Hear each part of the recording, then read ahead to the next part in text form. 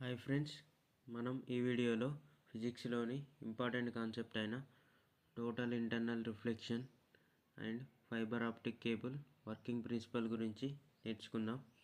ఈ వీడియోని ఎండ్ వరకు చూడండి, మీకు ఎన్సీఆర్టీలోని టోటల్ కాన్సెప్ట్ అర్థమవుతుంది. మనకి టోటల్ ఇంటర్నల్ రిఫ్లెక్షన్ అర్థం కావాలంటే రిఫ్రాక్షన్ మీద కొంచెం ఐడియా ఉండాలి. రిఫ్రాక్షన్ గురించి ఐడియా తెచ్చుకొని మనం పూర్తిగా టోటల్ ఇంటర్నల్ రిఫ్లెక్షన్ గురించి నేర్చుకుందాం. రిఫ్రాక్షన్ అనేది రెండు మీడియంల మధ్య జరిగే ఒక ఫినామినా. ఇక్కడ మన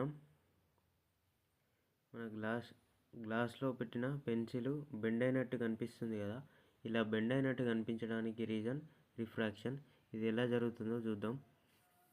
మనకి ఇక్కడ ఎయిర్ టు వాటర్, ఇది ఇక్కడ ఎయిర్ అనేది రేరార్ మీడియం, వాటర్ అనేది denser medium. Any light ray అని కాకుండా ఇక్కడ మనం లైట్ రేని ఎగ్జాంపుల్గా తీసుకుందాం. కానీ రిఫ్రాక్షన్ అనేది ఎలక్ట్రోమాగ్నెటిక్ స్పెక్ట్రంలో ఉన్న ఏ రేస్కైనా రిఫ్రాక్షన్ అప్లికేబుల్ అవుతుంది. మనకి ఇక్కడ లైట్ రే అనేది ఒక మీడియం ఇది బౌండరీ. ఈ మీడియం నుంచి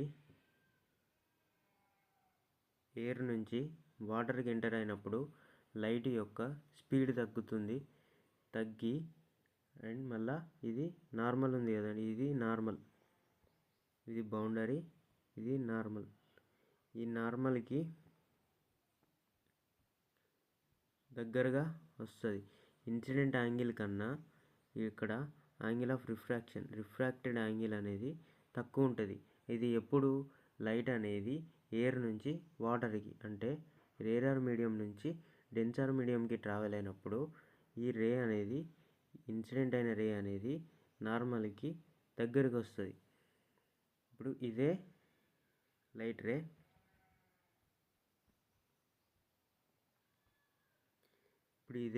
రే.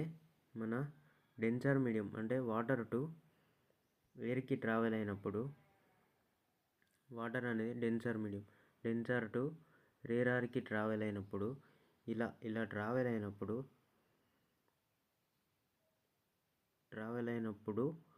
ఈ రే అనేది అవే ఫ్రమ్ నార్మల్ నుంచి ఇలా అవే వెళ్ళిపోతుంది.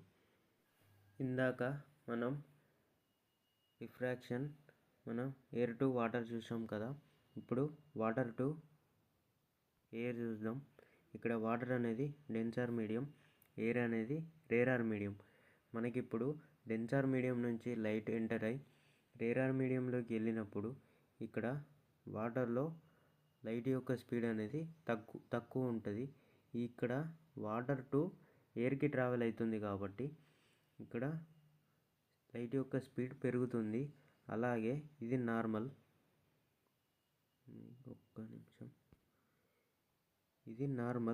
ఇది బౌండరీ. ఇక్కడ ఇన్సిడెంట్ యాంగిల్ తక్కువ ఉంటుంది అండ్ రిఫ్రాక్టెడ్ యాంగిల్ ఎక్కువ ఉంటుంది. ఇది నార్మల్ నుంచి దూరం వెళ్తుంది. ఇందాక రేరార్ టు డెన్సర్ వచ్చినప్పుడు నార్మల్కి దగ్గరికి వచ్చింది లైట్ రే. ఇప్పుడు మన డెన్సర్ టు రేరార్ వెళ్తున్నప్పుడు నార్మల్కి దూరంగా వెళ్తుంది. అండ్ మళ్ళా ఇక్కడ మనకు యాక్చువల్గా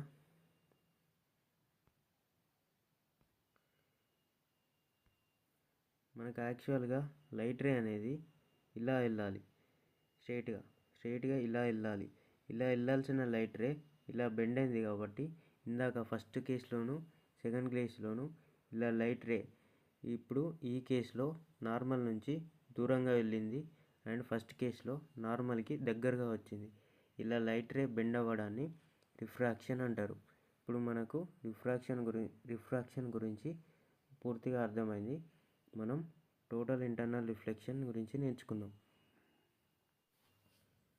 ఇక్కడ మనకి లైట్ రే డెన్సర్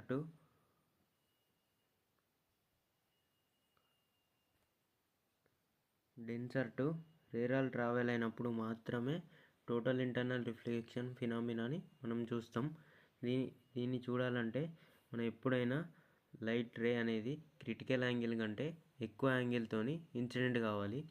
ఈ క్రిటికల్ యాంగిల్ అంటే ఏంటిదో ఇప్పుడు చూద్దాం. ఇప్పుడు మన వాటర్ టు ఎయిర్ ట్రావెల్ అవుతున్న ఈ లైట్ రే ఇప్పుడు ఇలా ఇన్సిడెంట్ అయినప్పుడు ఇది లైట్ రే అనేది నార్మల్ నుంచి దూరంగా ఇలా వస్తుంది. ఇలా ఇంకొక కొంచెం యాంగిల్ ఇక్కడ పెంచినప్పుడు ఈ లైట్ రే అనేది ఇలా వస్తుంది. ఇంకా కొంచెం యాంగిల్ పెంచినప్పుడు మనం యాంగిల్ ఇలా పెంచుకుంటూ పోయినప్పుడు ఒక యాంగిల్ వద్ద ఈ లైట్ రే అనేది ఈ బౌండరీ మీద నుంచి పోతుంది. ఈ బౌండరీ మీద నుంచి ఏ యాంగిల్లో అయితే లైట్ రే పోతుందో ఆ యాంగిల్ని మనం క్రిటికల్ యాంగిల్ అంటాం. ఇప్పుడు ఇక్కడ ఉన్న యాంగిల్ క్రిటికల్ యాంగిల్. ఇక్కడ క్రిటికల్ యాంగిల్లో లైట్ తప్పనిసరిగా బౌండరీ మీద నుంచి పోతుంది. ఈ యాంగిల్ను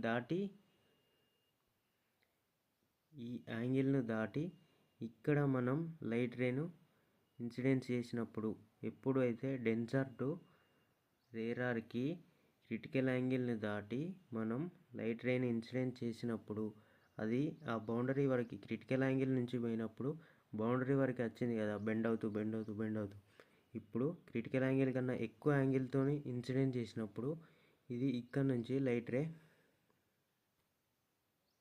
రే మీడియం చేంజ్ కాకుండా సేమ్ మీడియంలోకి రిఫ్లెక్ట్ అవుతుంది.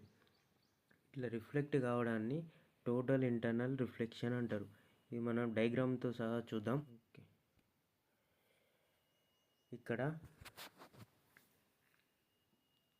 క్రిటికల్ యాంగిల్ కన్నా ఎక్కువ యాంగిల్తోని ఈ లైట్ అనేది ఇన్సిడెంట్ అయినప్పుడు మనం మీడియం చేంజ్ కాకుండా సేమ్ మీడియంలోకి రిఫ్లెక్ట్ అవ్వడాన్ని టోటల్ ఇంటర్నల్ రిఫ్లెక్షన్ అంటారు. దీనికి కండిషన్ ఏం సాటిస్ఫై చేయాలి, మనకు ఈ లైట్ రే అనేది ఎప్పుడైనా డెన్సర్ మీడియం టు రేరార్ మీడియంకి ట్రావెల్ కావాలి. ఇట్లా అయితేనే టోటల్ ఇంటర్నల్ రిఫ్లెక్షన్ పాసిబుల్ అవుతుంది. ఓకే, ఏమైనా డౌట్ ఉంటే కింద కామెంట్ పెట్టండి, నేను క్లారిఫై చేస్తాను. మనం ఇప్పుడు fibre optic cable working principal నేర్చుకుందాం.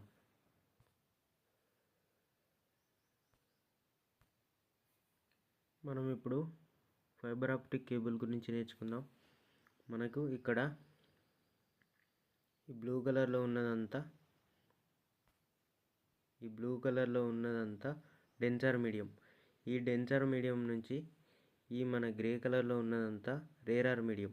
ఈ డెన్సర్ మీడియం నుంచి రేరార్ మీడియంకి మనం ఇక్కడ నార్మల్ తీసుకుందాం, మీకు మంచిగా క్లారిటీగా అర్థమవుతుంది. ఇది నార్మల్. మనం డెన్సర్ మీడియం నుంచి రేరార్ మీడియంకి క్రిటికల్ యాంగిల్ కన్నా ఎక్కువ, ఇది బౌండరీ, ఇది నార్మల్. మనం డెన్సర్ మీడియం నుంచి రేరార్ మీడియంకి క్రిటికల్ యాంగిల్ కన్నా ఎక్కువ యాంగిల్తోని మనం పంపించినప్పుడు ఈ సేమ్ మీడియంలోకి లైట్ అనేది ఇలా రిఫ్లెక్ట్ అయ్యి వస్తుంది. ఇట్లా టోటల్ ఇంటర్నల్ రిఫ్లెక్షన్ ఇది జరిగింది. ఇక్కడ మనం ఇక్కడ మళ్ళీ నార్మల్ తీసుకున్నప్పుడు ఇక్కడ నుంచి మళ్ళీ రిఫ్లెక్ట్ అయ్యి ఇటు వెళ్తుంది. ఇట్లనే ఈ ప్రాసెస్ అనేది ఇట్లనే కంటిన్యూ అవుతూ ఇట్లనే వెళ్తాయి. ఫైబర్ ఆప్టిక్ కేబుల్ ఎంత దూరం ఉంటే అంత దూరం ట్రావెల్ అవుతుంది.